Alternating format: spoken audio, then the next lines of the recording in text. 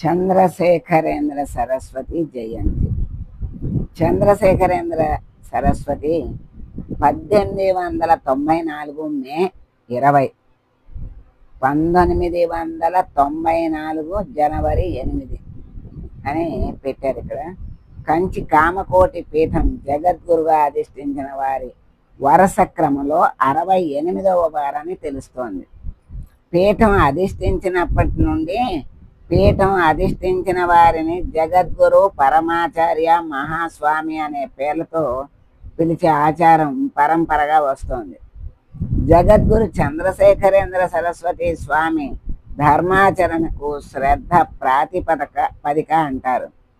సంకల్ప బలంతో ఏదైనా పని ఫలానా సమయానికి పూర్తి కావాలి అంటే అయి తీరుతుందని ఒక ధర్మం శక్తి ఆ ధర్మానికి చెందిన వ్యక్తుల సంఖ్యపై కాక దాన్ని ఆచరించే వారి స్వభావంపై ఆధారపడి ఉంటుంది అంటారు స్వామి.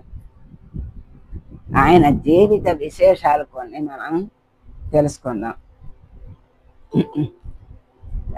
ఏమిటంటే విశేషాలు, కంచి మహాస్వామిగా పేరుగాంచిన చంద్రశేఖరేంద్ర సరస్వతి స్వామి దక్షిణ తమిళనాడులోని దక్షిణ ఆర్కాడ్ జిల్లా విల్లుపురం గ్రామంలో స్మార్త హోయసల కర్ణాటక బ్రాహ్మణ కుటుంబంలో 1894 మే 20న అనురాధ నక్షత్రంలో మరి ఆయన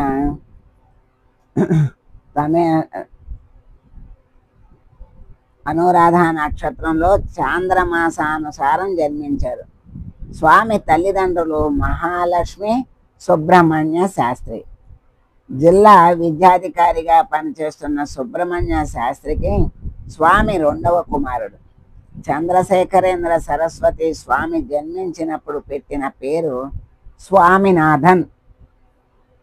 స్వామి కుటుంబ ఇలవేల్పు కుంభకోణం దగ్గరలో ఉన్న స్వామి మలయ ఆలయ ప్రధాన దేవత అయిన స్వామినాథని పేరు మీదుగా అతని తల్లిదండ్రులు స్వామినాథన్ అని నామకరణం చేశారు.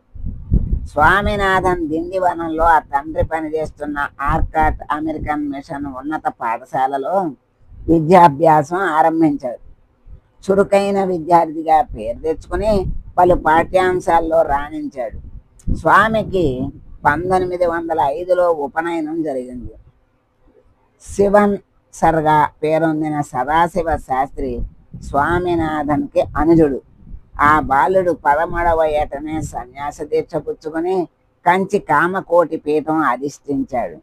చంద్రశేఖరేంద్ర స్వామి కేవలం పీఠాధిపతే కాదు, అతనిలో ఒక రాజకీయవేత్త, చారిత్రక పరిశోధకుడు, ఒక శాస్త్ర పరిశోధకుడు, జ్యోతిష్ శాస్త్రవేత్తను, ఆధ్యాత్మిక తరంగాన్ని ఇలా ఒకటేమిటి ఎందరినో దర్శించవచ్చు అని భక్తుల నమ్మకం. ఇన్ని విషయాల్లో విస్తృతమైన ప్రతిభా సామర్థ్యాలు కలిగిన చంద్రశేఖరేంద్ర సరస్వతి స్వామి జీవితం అద్భుతమైనది. అనితర సాధ్యమని ఎవరికైనా అనిపించడానికి తగిన అవకాశాలు ఉన్నాయి అంటారు.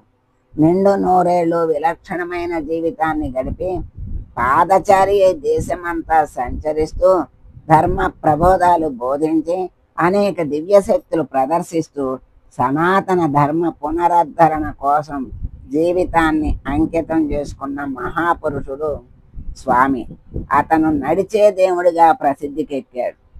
ఇంకా విశేషాలు ఏమిటంటే, చంద్రశేఖరేంద్ర సరస్వతి స్వామి ఒకసారి తమిళనాడు రాష్ట్రం చిదంబరం సమీపంలోని ఆనంద తాండవపురంలో ఒక మూగ బాలుడికి మాటలు రప్పించాడు. స్వామి మతాతీతుడు. 1926లో కారంబుక్కుడి నుండి పుదుక్కోటకు వెళ్ళే దారిలో గుంపుగా ప్రజలు తరలివచ్చి స్వామిని దర్శించుకున్నారు. వాళ్ళల్లో మహమ్మదీయులు కూడా ఉన్నారు. అలా ఓ మహమ్మదీయుడు స్వామి పల్లకి మోశాడు. స్వామి అతన్ని పిలిచి క్షేమం అడిగాడు. ఆ భక్తుడు ఆచార్యుల రూపంలో నా కళ్ళకు అల్లా కనిపించాడు అన్నాడు. మహాపురుషులు మతాతీతులు కదా. భారత రాజ్యాంగం మతాన్ని ప్రాథమిక హక్కుగా గుర్తించటానికి చంద్రశేఖరేంద్ర స్వామి కారణమని ఈ దేశంలో చాలా మందికి తెలియదు. వారు సన్యాస దీక్ష తీసుకుని మఠాధిపత్యం వహించటం వల్ల దేశ రాజకీయాల్లో ప్రత్యక్షంగా పాల్గొనలేదు. కానీ భారత స్వాతంత్రాన్ని స్వామి మనస్ఫూర్తిగా కాంక్షించారు, ఉద్యమాన్ని సమర్థించారు. గాంధీజీ విదేశీ వస్త్ర బహిష్కరణకు పిలుపు ఇచ్చిన నాటి నుండి స్వామి స్వయంగా ఖద్దరు దుస్తులనే వాడారు. భారత రాజ్యాంగం ద్వారా హిందూ మతాన్ని కాపాడుకోవటం మన తక్షణ కర్తవ్యం, ఇది ఎంత మాత్రం ఉపేక్షించవలసిన విషయం కాదు అని స్వామి తన భక్తులను హెచ్చరించారని తెలుస్తుంది. మతాన్ని ప్రాథమిక హక్కుగా గుర్తింపజేయుటకు కృషి. భారతదేశానికి నూతన రాజ్యాంగాన్ని నిర్మించటానికి ఒక రాయబార వర్గాన్ని బ్రిటిష్ ప్రభుత్వం భారత్కు పంపింది. అప్పుడు మన మతం గొప్పతనం, మత సంస్థల పరిస్థితుల్ని ఆ సభ్యులకు చెప్పాలని స్వామి తన భక్తులను ఆదేశించాడు. అలాగే భక్తులంతా సభ్యులకు టెలిగ్రాములు పంపారు, కానీ వారు స్పందించలేదు. అయినా స్వామి నిరాశ పడలేదు. అయితే చివరకు తాతాచారి అనే పెద్దకు వచ్చిన ఆహ్వానం మేరకు మత సంస్థలకు రాజ్యాంగ రక్షణ అవసరమన్న స్వామి ఆశయాన్ని రాయబార వర్గంలో ముఖ్యుడైన సోరెన్సన్కు వివరించాడు. స్వామి ఒక్క క్షణం ధ్యానంలో పోయి ఆ తర్వాత మతాన్ని ప్రాథమిక హక్కుగా పరిగణిస్తూ చట్టం చేయాలని బ్రిటిష్ ప్రభుత్వాన్ని కోరుతూ వినతి పత్రం తయారు చేయమని భక్తులకు ఆదేశించారు. ఆ తర్వాత ఢిల్లీ వెళ్ళి సోరెన్సన్కు విజ్ఞాపన పత్రం అందించడం జరిగింది. రాజ్యాంగ నిర్మాణానికి రాజ్యాంగ పరిషత్ ఏర్పాడైంది. కంచి పీఠాధిపతులుగా పూర్వాశ్రమంలో స్వామినాథ అనే పేరుతో పిలువబడేవారు. స్వామికి 1905వ సంవత్సరంలో ఉపనయనం జరిగింది. 1907 ఫిబ్రవరి 13న స్వామి కంచి పీఠానికి 68వ పీఠాధిపతిగా నియమించబడ్డారు. వేద రక్షణ, సంస్కృతి రక్షణ మొదలైన ఎన్నో కార్యక్రమాలు ఆయన పర్యవేక్షణలో నిర్వహించారు. భారతదేశం అంతా పాదయాత్ర ద్వారా పర్యటించారు. స్వామి ఉపన్యాసములు చాలా ప్రసిద్ధి పొందాయి. 1994 జనవరి 8న స్వామి శివ సాయుధ్యం చెందారు అని మనకి ఇక్కడ చెప్పారు.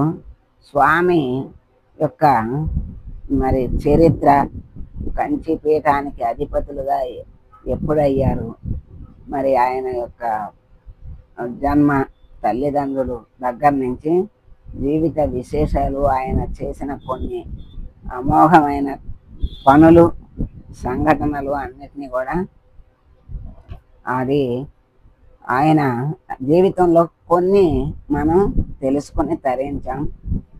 సర్వే జనా సుఖినో భవంతు.